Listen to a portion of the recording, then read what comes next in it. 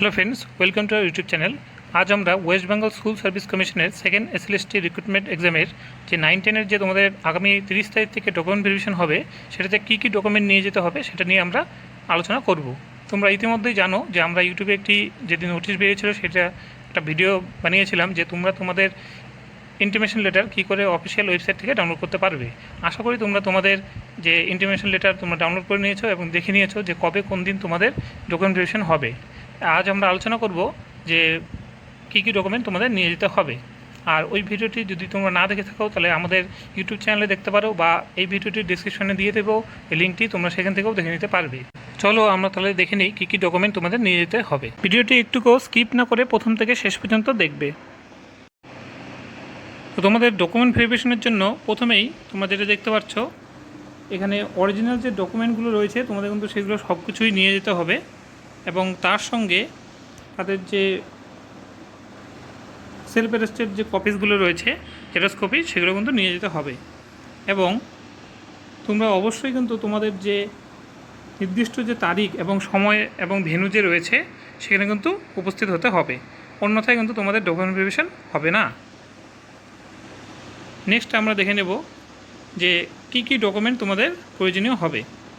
তার মধ্যে প্রথমে যেটা রয়েছে তোমরা দেখতে পাচ্ছ এখানে আবেদনপত্র, অর্থাৎ অনলাইন অ্যাপ্লিকেশনের জন্য করার সময় তোমাদের যে একটি অ্যাপ্লিকেশন ফর্ম বেরিয়েছিল সেটার প্রিন্ট আউট করে নিয়ে যেতে হবে, যেখানে তোমাদের পরীক্ষার রোল নম্বর কিন্তু স্পষ্টভাবে থাকতে হবে।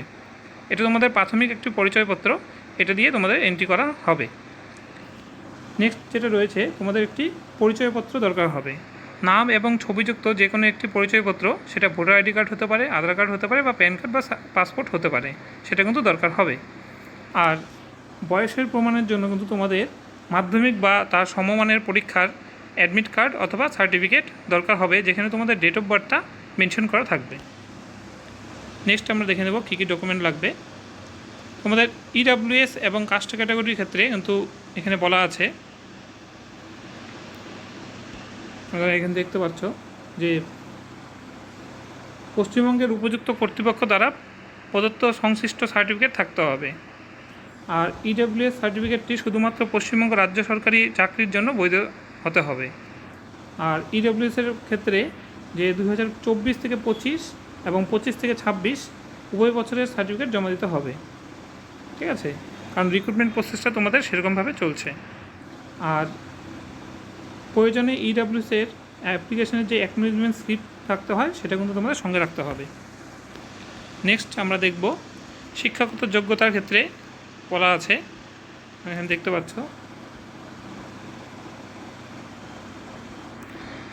শিক্ষাগত যোগ্যতার ক্ষেত্রে তোমাদের এখানে বলা আছে, দেখতে পাচ্ছ যে তোমাদের গ্র্যাজুয়েশন বা পোস্ট গ্র্যাজুয়েশনের স্তরের সমস্ত যে মার্কশিট সেটা কিন্তু দরকার হবে। এবং শারীরিক প্রতিবন্ধীদের ক্ষেত্রে পিএইচ ক্যান্ডিডেটদের জন্য পশ্চিমবঙ্গ সরকারের উপযুক্ত কর্তৃপক্ষ দ্বারা পিএইচ সার্টিফিকেট কিন্তু বৈধ থাকতে হবে। নেক্সট তোমরা এখানে দেখতে পাচ্ছ শিক্ষণ ও অভিজ্ঞতা, এই সম্বন্ধে কী লেখা আছে আমরা দেখে নেব।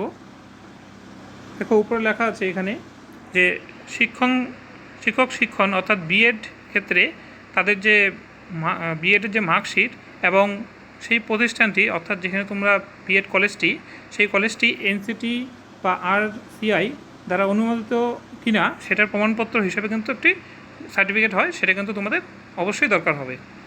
আর তোমরা এখানে দেখতে পাচ্ছ যে প্রিয়র এক্সপিরিয়েন্স অর্থাৎ পূর্বের অভিজ্ঞতা, কর্মরত শিক্ষকদের ডিআই অফিসের অ্যাপ্রুভাল লেটার লাগবে, সেখানে কিন্তু ডেটটা কিন্তু অবশ্যই মেনশন থাকতে হবে। আর সেখানে কোনো সার্ভিসে কোনো ব্রেকডাউন হলে বা খণ্ডীভবন যদি থাকে ফ্র্যাগমেন্টেড, তাহলে কিন্তু সেটাকে গণ্য করা হবে না। নেক্সট আমরা দেখে নেব এইসব ডকুমেন্টগুলো তোমাদের দরকার হবে। আর এখানে দেখো বলা আছে যে এখানে কিন্তু প্রথমে তোমাদের ভেরিফিকেশন অফিসার তোমাদের যে অরিজিনাল ডকুমেন্ট পুঙ্খানুপুঙ্খভাবে চেক করবে, এবং এরপর সেলফ অ্যাটেস্টেড কপির নির্দিষ্ট জায়গায় প্রার্থীকে কিন্তু নিজেদের স্বাক্ষর সাইন করতে হবে। আর তারপর অফিসিয়াল সিল নথিপত্র যাচাইয়ের শেষে কিন্তু ভেরিফিকেশন অফিসার সিল সহ স্বাক্ষর করবেন, যা তোমাদের হচ্ছে কিন্তু সফল ভেরিফিকেশনের প্রমাণ হিসেবে গণ্য করা হবে। তো তোমরা দেখতে পাচ্ছ এখানে তোমাদের যে ডকুমেন্টগুলো সেগুলো আগে ভেরিফাইং অফিসার দেখবে, এবং তারপরে সেলফ অ্যাটেস্টেড কপিগুলো তে তোমাদের যে সিগনেচার নেওয়া হবে এবং সেটাতে অফিসার হচ্ছে সেটাতে সিল এবং সিগনেচার করবেন। সেটাতে হলে কিন্তু তোমাদের কিন্তু ভেরিফিকেশন যে কমপ্লিট হয়ে যাবে। তো ভিডিওটি যদি তোমাদের ইনফরমেটিভ মনে হয়, ভালো মনে হয়, তাহলে ভিডিওটি লাইক করতে পারো, শেয়ার করতে পারো এবং পরবর্তীতে এরকম আরও ভিডিও পাওয়ার জন্য আমাদের ইউটিউব চ্যানেলটিকে সাবস্ক্রাইব করে রাখতে পারো। তো দেখা হচ্ছে পরের ভিডিওতে। Thanks for watching.